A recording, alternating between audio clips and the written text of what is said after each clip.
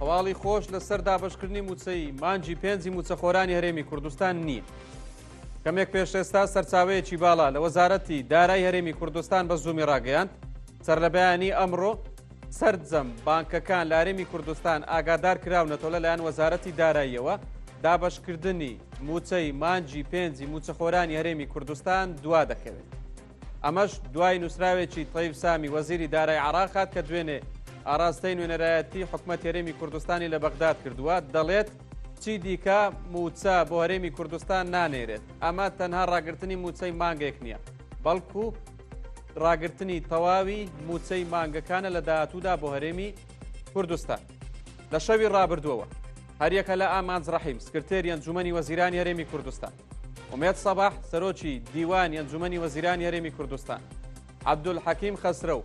بەرپرسی فەرمانگەی بەدواداچوون و هەماهەنگی لە سەرۆکایەتی ئەنجومەنی وەزیران لەگەڵ وەزیری دارایی هەرێمی کوردستان و تیمێکی تایبەت ڕاوێژکارانی وەزارەتی دارایی هەرێمی کوردستان و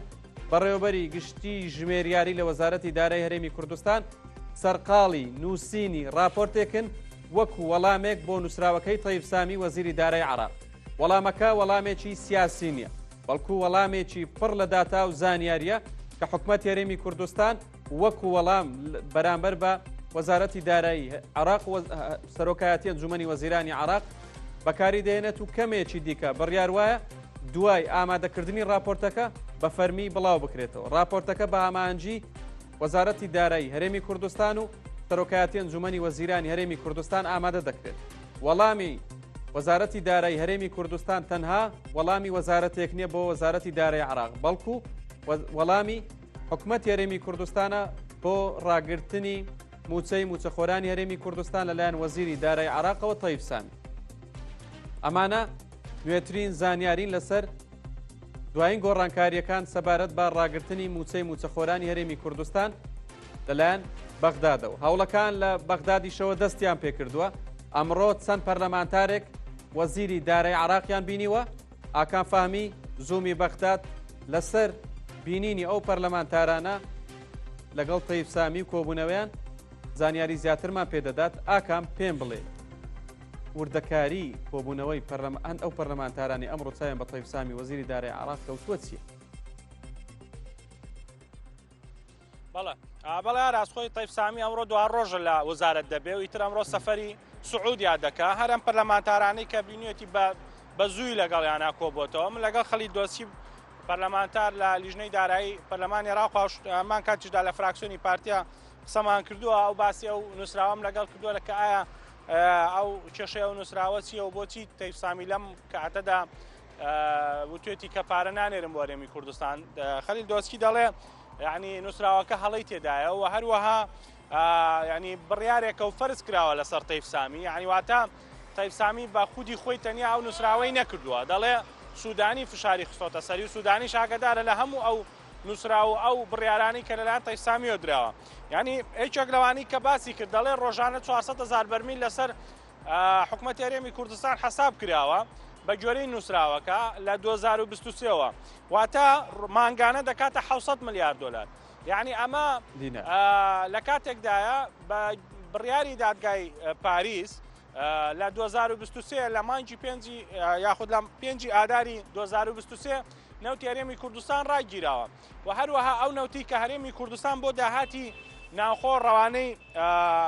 بەغدادی کردووە کە نزیکەی 12 ملیۆن بەرمیلە ئەوەش بە هەمان شێوە پارەکەی حساب کراوە لەسەر حکوومەتی هەرێمی کوردستان کە پارەکەی نەگەڕانێتەوە بۆ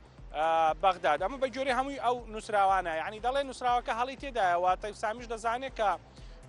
هەڵی تێدایە و بەڵام یعنی فشار خراوەتە سەری. یعنی خەلیل دۆسی دەڵێ بڕیارەکە زیاتر سیاسیە لەوەی کە هونەری و بابەتی پارە و نەدانی بودجە و یاخود تەواوبوونی بودجەی گشتی هەرێمی کوردستان بێ. لە هەمان ڕۆڵی هەبووە لەو فشارانە. ڕۆڵی سوودانی چی بووە؟ بەتاکید ئەو دەڵێ ڕۆڵی هەبووە لە هەموو ئەو بڕیارانی کە تەیف سامی داوێت، ینی هیچ بڕیارێک تەیف سامی ناتوانێت بێ سوودانی بیدا، چکە سەرۆکوە زیرانە و لە هەمان کاتشدا کەسی معنیە لەسەر بابەتی موچەی هەرێمی کوردستان، ینی هەر بڕیارێک لەسەر موچەی هەرێمی کوردستان دەبێت بگەڕێتەوە بۆ سوودانی، چونکە پێشتریش کە شاندەکان هاتوونە سوودانی و تێتی خۆم سەرپەرشتی ئەم پرسە دەکەم، هەر بۆ بابەتی موچەش ینی ئاراز سوودانی نەبێ موچە ڕەوانە ناکرێت. بۆیە خەلیل دۆسکی دەڵێ بابەتەکە سیاسیە لە زیاتیەوەی کە کێشەی ئەوە بێ، لە هەمان کاتشدا تەیف سامی خۆی دەزانێت ئەو بابەتە، ینی ئەو دەڵێت کە تەیف سامی زانیوێتی کە کێشەکە سیاسیە و یاخود کێشەی هونەری نیە و نووسراوەکە هەڵی زۆری تێدایە، ینی بابەتەکە بەو شێوە بۆ لەگەڵەوە گفتوگویان کردووە. باشە هەندێک پەرلەمانتار دەڵێن هەوڵی سیاسی و پەرلەمانی دەست پێ دەکەین بۆ ئەوەی ئەم کێشەیە چارەسەر بکەین، لە کاتێکدا پەرلەمان لە پشووی یاسایی خۆیەتی، ئێستا لە پەرلەمان دەتواندرێت چارەسەرێک بۆ کێشەیە بدۆزرێتەوە؟ بەڵێ ئاراز خۆی بە گوێرەی پەیڕەوی ناخۆی پەرلەمان هیچ هەنگاوێک ناتوانن لە کاتی پشووی فەرمی یاخود پشووی یاسادانانی پەرلەماندا هیچ پەرلەمانتارێک سەرۆکایەتی پەرلەمانیش هیچ هەنگاوێک ناتوانێت بنێت بۆ هەر محاسبەیەک یاخود بۆ هەر کاردانەوەیەک لەسەر هەر بڕیار حکومەتی عێراق بێ، تەنیا ئەو کاتی کە پشووی یاسادانان تەواو دەبێت ئەو کاتە کە دەگەڕێنەوە کاری خۆیان لە پەرلەمانی عێراق ئەو کاتە دەتوان هەموو هەنگاوێک بنێن دژ بە سەرۆی وەزیران بێت، دژ بە وەزیری دارایی بێ ئەو بڕیاران یاخود ئەو بابەتانی کە دراوە، یعنی لەگەڵ هەندێک پەرلەمانتاری دیکەش قسەم کردو ئاراز بە پەرلەمانتاری عەرەب لەسەر ئەم پرسە، ئەوان دەڵێن کێشەی هەرێمی کوردستان ئەوەیە کە کەسێک نانێرێ یاخود شاندێک نایەت کە شارەزایی دارایی هەبێ لەسەر پرسی دارایی هەرێمی کوردستان و عێراق، ئەوان دەڵێن یعنی تەیف سامی شارەزاییکی دارایی زۆر توندی هەیە لەسەر بابەتی دارایی و بابەتی بودجە و ئەو شتانە، دەبێ کەسێک بێ کە فعلەن شارەزایی دارایی هەبێ کە گفتوگۆی لەسەر بکە ئەم بڕەپارەیە شوملی هەرێمی کوردستان دەکا یاخودنا ئەمە چۆنە ئەوە چۆنە، بۆیە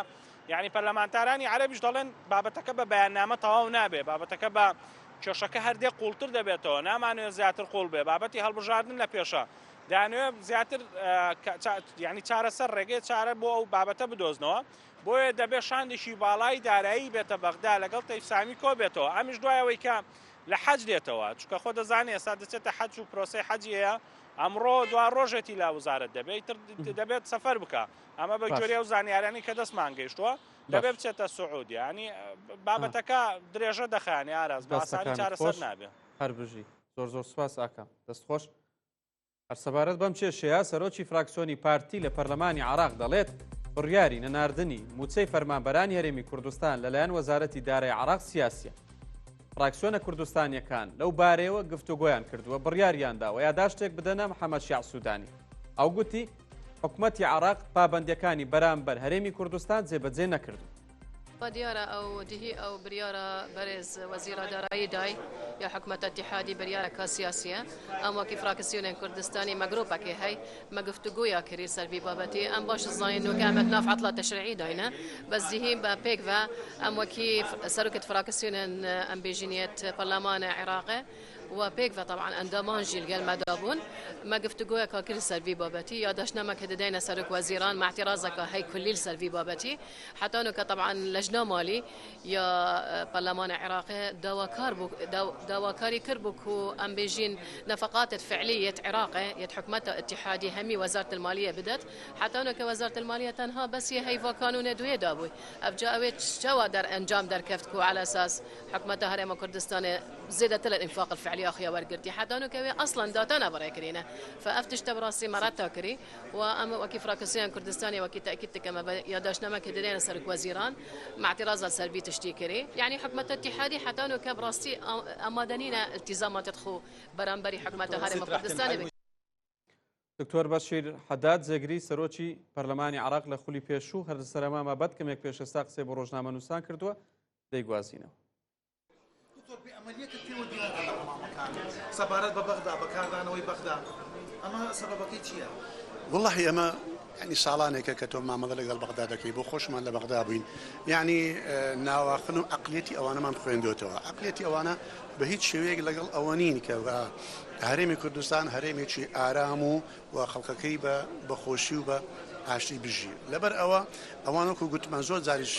باسی ئەومان کردووە ئەوان ئێستا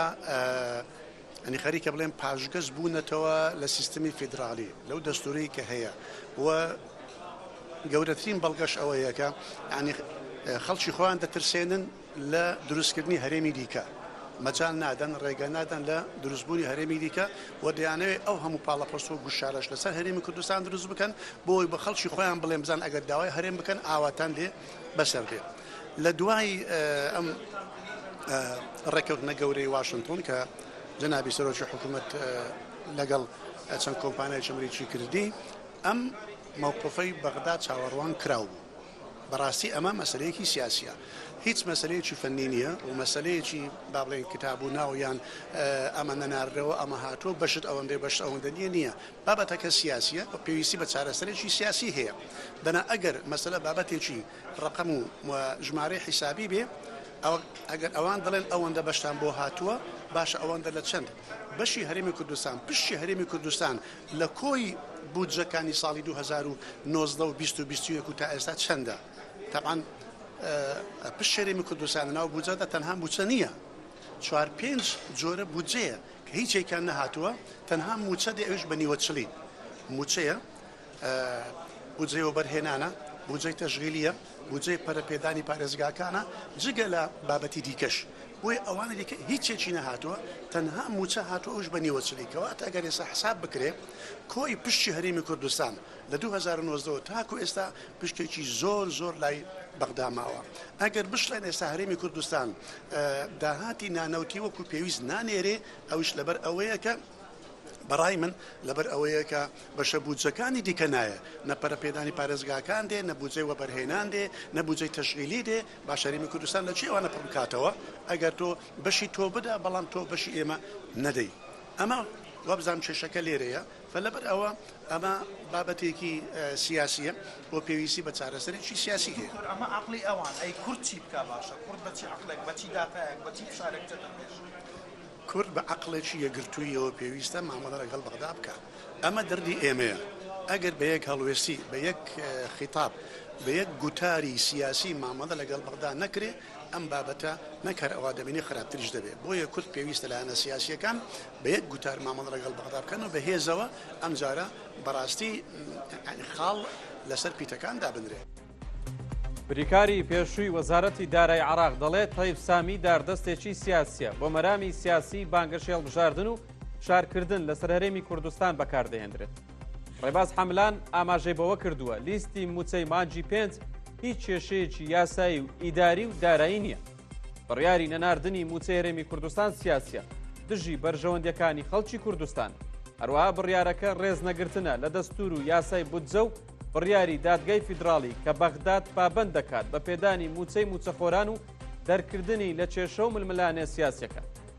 بە گوتەی ڕێباز حەملان پشتی هەرێمی کوردستان هیچ کاتێک لەلایەن بەغدادەوە بە تەواوی خەرج نەکراوە تەنها موچە نێردراوە نەک پشتی هەرێمی کوردستان. بریکاری پێشووی وەزارەتی دارایی عێراق ڕوونی کردوتەوە بۆ ساڵی 2025 بەس بۆ موچە بڕی 11 تریلیۆن و 500 میلیارد دینار پشتی هەرێمی کوردستانە و ڕێککەوتنی لەسەر کراوە بەڵام تا ئێستا تەنها 3 تریلیۆن و 800 میلیارد لەلایەن بەغدادەوە بۆ هەرێمی کوردستان نێردراوە.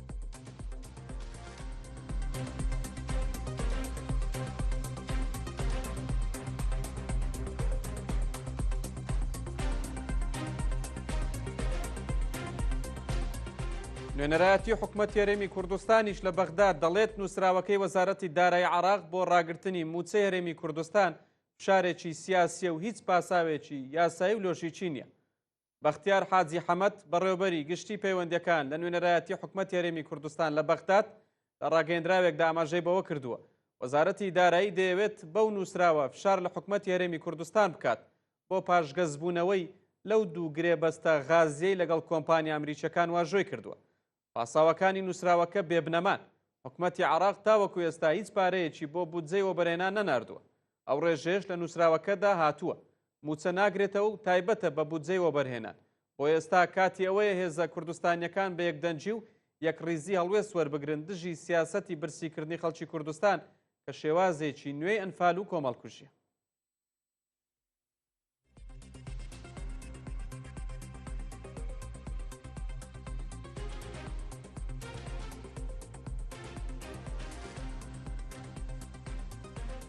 مارکۆ ڕۆبیۆ وەزیری دەرەوەی ئەمریکا پەیوەندی بە نێچیروان بارزانی سەرۆکی هەرێمی کوردستان کرد. گوتی پاڵپشتی ئەمریکا بۆ هەرێمی کوردستان وەکو بنەمایەکی سەرەکی پەیوەندیەکانی ئەمریکا لەگەڵ عێراق دەمێنێتەوە. ماڵپەڕی وەزارەتی دەرەوەی ئەمریکا لەبارەی پەیوەندیەکە دەڵێت مارکۆ ڕۆبیۆ ستایشی حکوومەتی هەرێمی کوردستانی کردووە لە هاوبەشیەکەی لەگەڵ کۆمپانیا ئەمریکیەکان و بەگەڕخستنی کەرەستە ناوخۆیەکان بۆ بەدیهێنانی سربەخۆی عێراق لە بواری وزە. هەروەها سەرۆکایەتی هەرێمی کوردستان لە ڕاگەیەندراوێکدا دەڵێت لە پەیوەندیەکەدا هەردوو لا جەختیان لە برەودان بە پەیوەندی استراتیژی ئەمریکا و هەرێمی کوردستان کردەوە. ئەوان باسییان لە هاریکاری بواری ئابووری و وزە و گرنگی بەردەوام بوونی هەماهەنگی نێوانیان کرد بۆ پشتگیری سەقامگیری و ئارامی لە عێراق، هەروەها لە سووریا و لە ناوچەکە بە شێوەیەکی گشتی.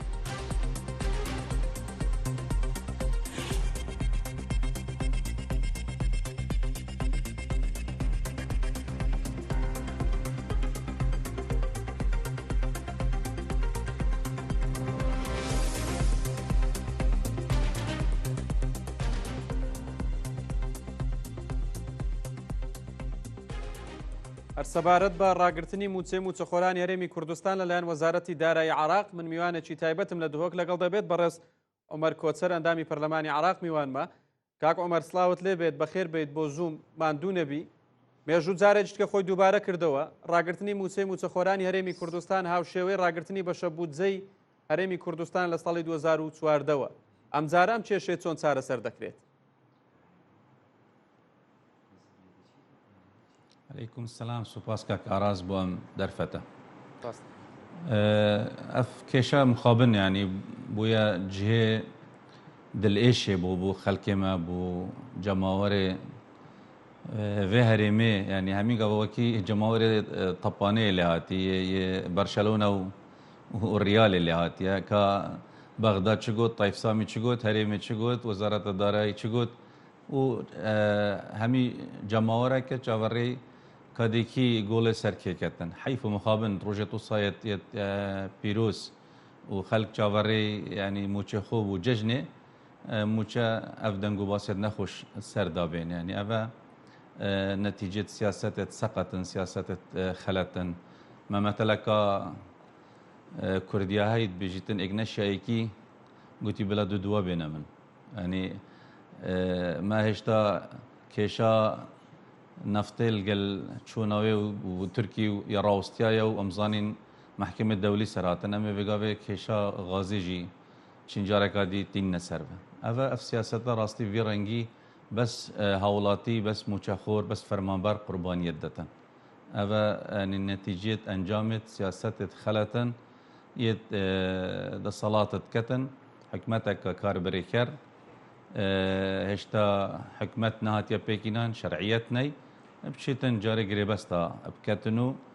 اكيد فشار جيتين سر حكمتا سوداني و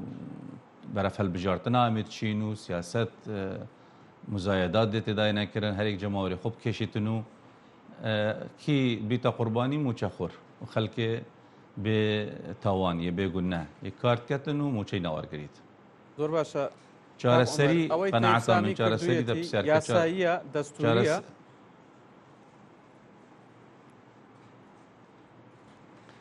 يعني العراق والمخابن دولة الشرق الأوسط وروشهلات نافين ام تزانين يعني موضوع قال تب يا سيتي تكرنو دستوري دستور چه هات جهبه كردن يعني الكيري دستور ان ياسات جهبه كردن دوی حلبوسي سروك ماسترين دزگاه او مؤسسه برلمانه هات لادان محكمه اتحادي وبريار جاركادي او بريار هات لادانو حلبوسي جاركادي حق وما في هات يدامبو خو بر بجيركتنو كانما جريمه مخله بالشرف او بلقى فلان يعني ياسال مخابني فالفيري العراقي والهريمي والمنطقه الشرق الاوسط الريز الياسا نايت قرتن الريز الدستوري نايت قرتن عند ريكفتن وعند اتفاقات بين عندك كسا وبازرقان وكومبانيا دولة الزلهزة الدنيا بخوضان عقليات شوايا الشرق الاوسط بخو تين برجوان ديتخوك بيتكن عند جراجي طبكن يعني نشرتها ميغافا كو أفا سياستك يعني هكا سياستك وبيتو دريش خانة بيتو استراتيجي بيتو مفابو خلقي وملتي تدا بو قالك باجبو بس مع الأسف السياسات دا خاصة في زماني ومكافليته يعني تشرحمو وجدان تدانينا تايبت شكاك رحمك وجدانك ياساك دستورك هبل الدنيا أبل الغزة في قافتي تكرن نتها تكرن بس ديارة يعني أفخل كتب دستن داقير كرن أو يا سال إجبار هندي وقتتو يعني داقير كربي إشلاي دا صلاة خويد نافخوي ودا صلاة عفوا همان دستور و همان یاسا بەرامبەر هەمان زدیت بەرامبەر بە پارێزگاکانی ناوەڕاست و خواروی عراق هەیە.